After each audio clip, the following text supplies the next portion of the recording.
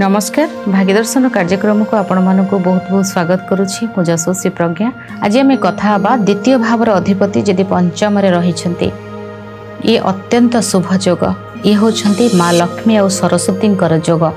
द्वितीय भावर अधिपति जो मानकर पंचम भाव था से माने बहुत भल भाव जड़े सिंगर होती भल लेक्चर होती भल प्रवचक होती और भल काउंसिलर होती।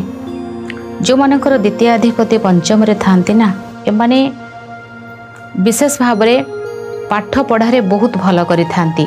कि देखा पड़ो इन जनरल द्वितीयाधिपति पंचम बहुत सपोज ये मुझे कहि जनक जातक द्वितीयाधिपति पंचम से बिल्कुल पाठ पढ़े ना कहीं कौन कहले द्वितीय भावर अधिपति पंचम द्वितीयाधिपति चाहिए पाठ पढ़ाई किंतु पंचमाधिपति और पंचम अलग पाप ग्रह पाठ पढ़े देवे कारण द्वितीयाधिपति यदि शुभ ग्रह होता से मैंने एत भाव प्रेसर देवे जो पाठ पढ़ा को इच्छा हेनी। एवं बुझीगला तो द्वितीयाधिपति जदि पंचम रही एमानंकर बाणी अति मधुर सुंदर थाए।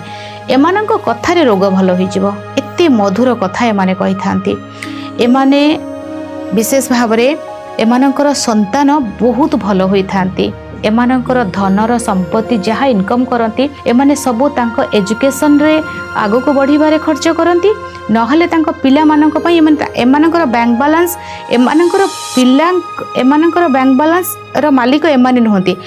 एमाने सबु टंका को रखन तांको पिला मानक पई तांको पिला मानकर एजुकेशन को देखिबा तांको पिला मानकर सुख पिला मानक पई खर्च करबा को एमाने बहुत चाहि थांती। एवं एमानंक पाखरे केबे भी धनर कमी हुएनी। एमानंक वाणीर एक जोग थाए जोटा कि बाक सिद्धि करि थांती जोटा कि एमानंक पाखरे थाए।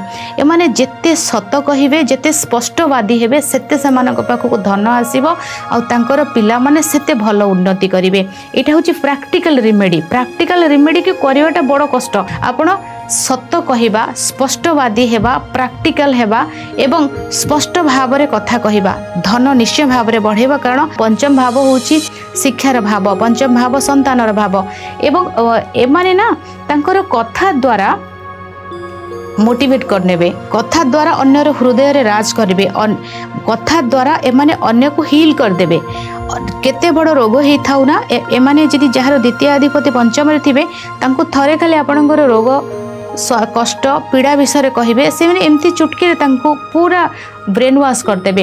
एम पाखे माँ सरस्वती भी आशीर्वाद थाए एम पाखे माँ लक्ष्मी भी आशीर्वाद थाए।